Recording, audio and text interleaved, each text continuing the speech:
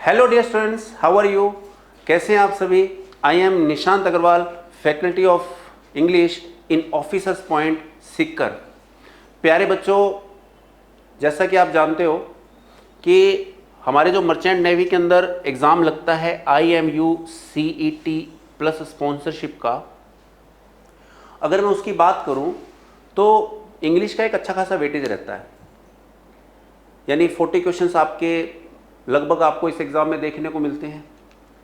तो हमें प्रिपरेशन कैसे करनी है, हमारा सिलेबस क्या रहेगा, अपन जैसे कुछ नेक्स्ट आगे जो भी हमारी क्लासेस रहेंगी वो किस तरह से हम कंटिन्यू करने वाले हैं, कौन सा टॉपिक ज़्यादा वेटेज का रहेगा इस एग्ज़ाम के अंदर, इंग्लिश के पेपर की मैं बात कर रहा हूँ।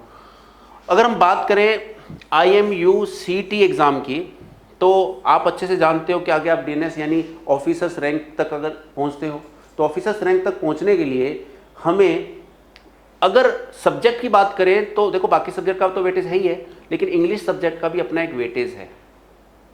ठीक है, तो सिलेबस की अपन चर्चा कर लेते हैं। आज अपन सिलेबस की चर्चा करने के लिए आए हैं और सिलेबस के तुरंत बाद अपन क्लासेस जो भी है अपनी कंटिन्यू करेंगे। ठीक है, देखो सबसे पहले अगर बात करें तो लगभग जो भी एग्जाम इंग्लिश का होता है, देखो इस एग्जाम की बात नहीं कर रहा मैं, चाहे हम किसी भी एग्जाम की बात करें, तो पार्ट्स ऑफ स्पीच एक बड़ा टॉपिक रहता है डियर। पार्ट्स ऑफ स्पीच एक बहुत बड़ा टॉपिक रहता है। पार्ट्स ऑफ स्पीच से क्वेश्चंस पढ़ते हैं। हमारा बात करें नाउन है, प्रोनाउन है, प्रेपोजिशन है, वर्ब है, मॉडल है। ठीक है, ये जो 5 टॉपिक्स हैं कौन कौन से, हालांकि पार्ट्स ऑफ स्पीच के अंदर और अलग आगे भी पार्ट है, कंजक्शन है ना, ये सारे के सारे 8 टॉपिक्स होते हैं इसके अंदर।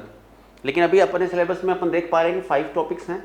नाउन है, प्रोनाउन है, प्रेपोजिशन है, वर्ब है, मॉडल है। नाउन का क्वेश्चन लाड़ लो, एक क्वेश्चन कम से कम हर एग्जाम में पूछा जाता है। ठीक है, नाउन सब जानते ही हो, अपन क्लास लेंगे इसकी। बात करें प्रोनाउन की, प्रोनाउन की 2 क्वेश्चंस आपको हर एग्जाम में देखने को मिले, यानी अपने इस एग्जाम में देखने को मिलते हैं। प्रेपोजिशन के बिना पेपर ही नहीं होता। प्रेपोजिशन के क्वेश्चंस आपको 3 से 4 होंगे, यानी यहाँ पर आपको अच्छे से ध्यान देना है। हम बात करें वर्ब की, तो वर्ब का मतलब टेंस और वर्ब में डिफरेंस है डियर। टेंस और वर्ब को स्टूडेंट एक जैसा समझ बैठते हैं, इसी में गलती होती है।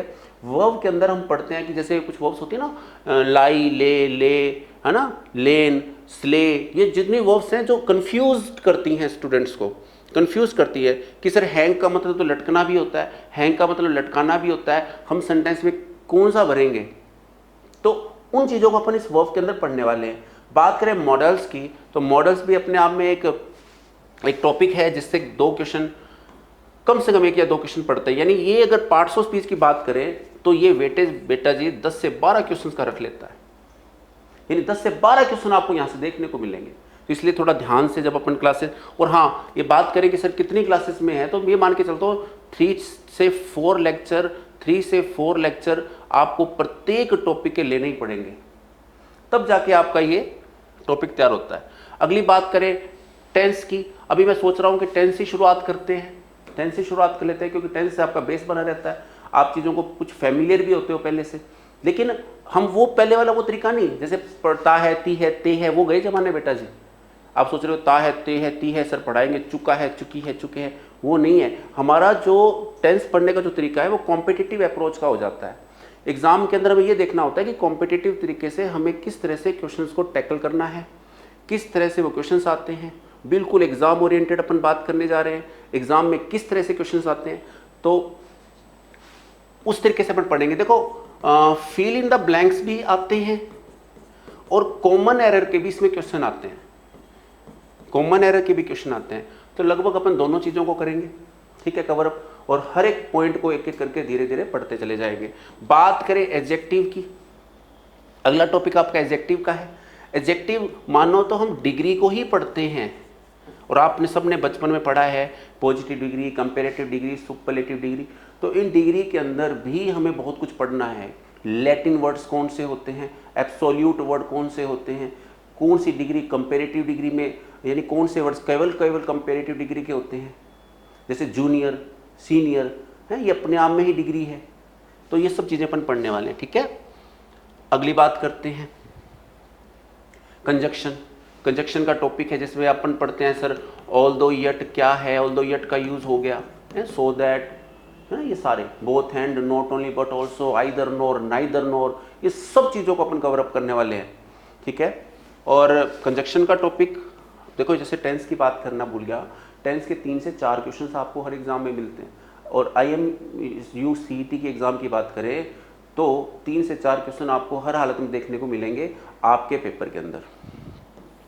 एडवर्ब्स का टॉपिक है आपका, जिसमें अपन पढ़ते हैं कि जो 5 टाइप की हमारी एडवर्ब्स होती हैं, 5 टाइप की एडवर्ब्स होती हैं ना। एडवर्ब ऑफ टाइम है, एडवर्ब ऑफ प्लेस है, एडवर्ब ऑफ मैनर है, ये सारी चीज़ें हम पढ़ेंगे। देखो भाई, आप अगर कंटिन्यू रहोगे, ढंग से पूरी क्लास लेते रहोगे, हाँ, तब तो अपन इन सारे टॉपिक्स को कंटिन्यू रख लेंगे। और बाकी नहीं तो फिर अगर लगेगा कि भाई ढंग से पढ़ नहीं रहे हो, ढंग से, तो हर चीज़ के लिए मेहनत चाहिए, और मेहनत करोगे तो सफलता तो मिलनी है। रीअरेंजमेंट ऑफ सेंटेंस क्या है? हम रीअरेंजमेंट बोल देते हैं इनको, PQRS वाले क्वेश्चन बोल देते हैं, है ना, जम्बल्ड, पैरा जम्बल्ड बोल देते हैं, कुछ भी बोल दें, पैरा जम्बल्ड वाले क्वेश्चन हो सकते हैं। ये सारे के सारे सेंटेंस, यानी रीअरेंजमेंट ऑफ सेंटेंस के अंदर PQRS, पैरा जम्बल्ड के किस तरह से हमें स्ट्रक्चर दिया होता है, स्ट्रक्चर्स को बनाना है, पहले P आएगा, Q आएगा, RS आएगा, ये सब चीज़ें। एरर डिटेक्शन बेटा है, कोई अलग से कोई वैसे टॉपिक नहीं होता, लेकिन एरर डिटेक्शन साथ साथ चलता है, सभी टॉपिक्स में चलेगा एरर। अपन नाउन में भी एरर निकालेंगे, प्रोनाउंस में भी एरर डिटेक्शन करेंगे, है ना, एडजेक्टिव में भी करेंगे, एडवर्ब में भी करेंगे, सबके अंदर एरर निकालेंगे। क्लियर है? और बाकी कुछ और चीज़ें होंगी तो ऐड कर लेंगे। सेंटेंस फॉर्मेशन क्या है? सेंटेंस फॉर्मेशन के अंदर आपको एक पैसेज दे रखा होता है, उसमें आपको ब्लैंक छोड़ा होता है, उसके अंदर उस वर्ड को जब अपन सेंटेंस में डालते हैं तो वो सेंटेंस कंप्लीट हो जाता है, सेंटेंस फॉर्मेशन बनाता है, ठीक है। ये बिल्कुल करेंगे। ईडियम्स एंड फ्रेज की अगर मैं बात करूं, ईडियम्स एंड फ्रेजेस की बात करूं, तो ये बिना ईडियम्स के अपन कल्पना भाई कि इमेजिन ही नहीं कर सकते पेपर की, कि ईडियम्स के बिना कोई पेपर में, ईडियम के बिना कोई पेपर छपाओ, तो ईडियम भी आएगा, ईडियम की तैयारी करेंगे। और इसको ऐसे नहीं कि कोई रट्टा, अपन शॉर्ट इसकी टिक्स निकालेंगे, सारी की सारी टिक्स से लगभग 300 से 400 ईडियम्स अपन बोर्ड पे करने वाले हैं। कंप्रेशन ऑफ अनसीन पैसेज आ ही जाता है, फेजल वर्ब्स आती हैं, है ना। फेजल वर्ब्स क्या होती है वैसे आपको पता हो, मैं एक लाइन में बता दूं कि अगर कोई वर्ब है उसके साथ अपने प्रेपोजिशन जोड़ दी,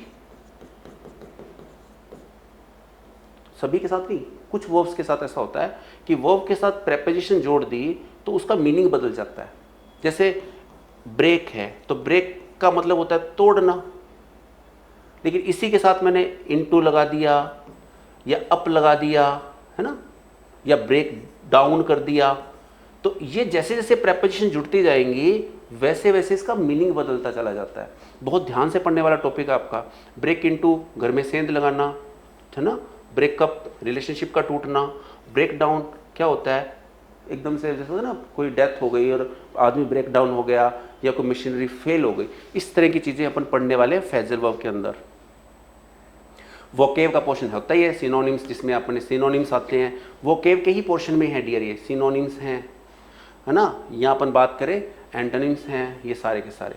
यहाँ अपन बात करें रूट वर्ड्स हैं। अब देखो रिमेनिंग टॉपिक भी कुछ होते हैं, कुछ अपने अलग से पढ़ते हैं, जैसे आर्टिकल हो गए, आर्टिकल्स हो गए, एंड वट एवर, जो भी रिमेनिंग टॉपिक हैं वो भी इंपॉर्टेंट रहेंगे और उनको भी अपन जरूर कवर अप करेंगे। ठीक है dears, thank you so much, have a nice day.